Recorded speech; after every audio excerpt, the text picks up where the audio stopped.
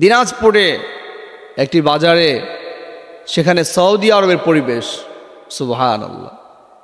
কীরকম মানে আজান হয়েছে, আল্লাহু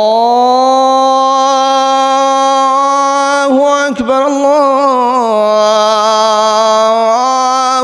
আকবার, আজানের ধ্বনিতে যখন প্রতিধ্বনিত হয়েছে, মানুষগুলো যেন আবার তারা সৌদি আরবের পরিবেশে, পুরো বাজার খালি হয়ে গেল, সব মানুষগুলো মসজিদে চলে গেছে, সুবহানাল্লাহ।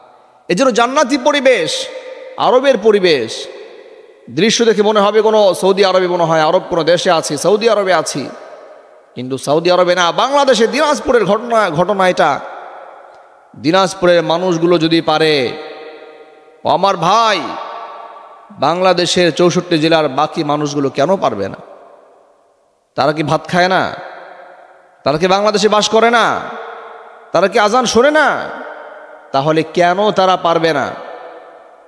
তারা যদি পারতে পারে, আপনি কেন পারবেন না? না আপনার উপর আজান, এই মানে নামাজ ফরজ হয় না, আজান আপনি শোনেন নাই? আজানের মধ্যে কি বলে? হাইয়া আলাস সালাহ,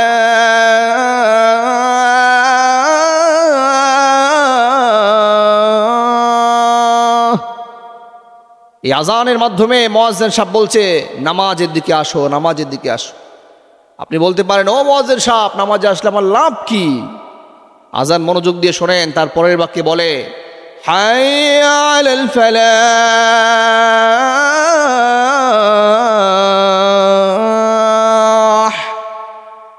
কল্যাণের দিকে আস। সুবহানাল্লাহ। নামাজের দিকে আসো, এই নামাজের দিকে আসা তোমার জন্য কল্যাণকর।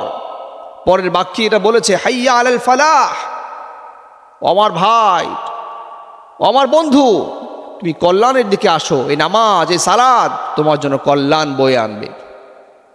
তাহলে কেন নামাজ থেকে দূরে থাকবা? নামাজের মধ্যে কি যে প্রশান্তি, এটা নামাজে মনোযোগী ছাড়া এটা বুঝবে না। আপনি যখন নামাজে মনোযোগী হবেন, আপনি পড়বেন আলহামদুলিল্লাহি রাব্বিল আলামিন আর রহমানির রহিম মালিকি ইয়াউমিদ্দিন ইয়্যাকা না'বুদু ওয়া ইয়্যাকা নাস্তাঈন। আপনি যখন এইভাবে পড়বেন, আপনার মনটা শীতল হয়ে যাবে। আপনার ইমাম সাহেব যখন এরকম পড়ে, মনটা শীতল হয়ে যায়। এক ভাই বলতেছিলেন যে মাঝে মাঝে কিছু কোনো মসজিদে নামাজ পড়ে, তারাবির নামাজও পড়ে, এত সুন্দর চমৎকার তেলাওয়াত, মনে হয় যে আরোই কিছুক্ষণ পড়ুক। আবার কিছু জায়গায় এমন তেলাওয়াত করে, মনে হয় যে তাড়াতাড়ি শেষ করে ফেলুক। তো এই জন্য ইমাম সাহেব যারা থাকবেন, তাদেরও উচিত খুব চমৎকারভাবে তেলাওয়াত করা, যেন আপনার এবং মুসল্লিদের মন শীতল হয়ে যায়। তাদের উদ্দেশ্যে পড়বেন না, পড়বেন আল্লাহর জন্য। কিন্তু আপনি আল্লাহর উদ্দেশ্যে যখন পড়বেন, যে আপনার তেলাওয়াত আল্লাহ শুনছে, খুব মনোযোগ দিয়ে পড়বেন। আর এই পড়ার কারণে আল্লাহ তাআলা তো খুশি হবেনই, আপনার মুসল্লিরা আপনার প্রতি খুশি হবে এবং তারা শান্ত সুষ্ঠুভাবে শীতলতা তারা অনুভব করবে এবং তারা নামাজে মনোযোগী হবে।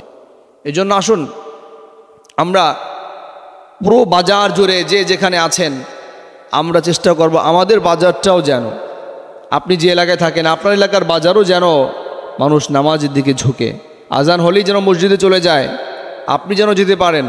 এটা বারবার দাওয়াত দিতে হবে, বারবার দাওয়াত দিতে হবে। আলহামদুলিল্লাহ, আমি আমার যখন রিক্সাওয়ালা ভাইয়ের সাথে কথা বলি, আমি অটোতে বসা, তো অটো আমি এক পাশে বসা, ড্রাইভার এক পাশে বসা, আমি কিন্তু সেখান থেকে দাওয়াত দিচ্ছি, আমি সেখান থেকে বলছি। এবং আলহামদুলিল্লাহ আমি বলি যে ভাই তোমার মুখ তো বন্ধ, হাত কাজ করছে, তো মুখ দিয়ে জিকির করো, সুবহানাল্লাহ, আলহামদুলিল্লাহ, ওয়ালা ইলাহা ইল্লাল্লাহ, আল্লাহু আকবার। এইভাবে আলহামদুলিল্লাহ দেখা যায় দাওয়াতের কাজ চলছে। আপনি যদি দাওয়াত দিতে চান, মানুষকে যদি জানাতে চান, আপনি যে কোনো জায়গায় সে রয়েছে, যে কোনো জায়গায় ওয়ে আছে, সুযোগ আছে, আপনি সুযোগটা কাজে লাগান। মানুষকে বলেন, কার কোন কথায় কি হেদায়েত পেয়ে যায় বলা যায় না। এই যে বাজার দেখে তো ভালো কাজের সাথে থাকি, আল্লাহ তাআলা আমাকে আপনাদের সকলকে দিনের সাথে থাকার, বুঝার, মানার, আমল করার তৌফিক দান করুক, আমিন।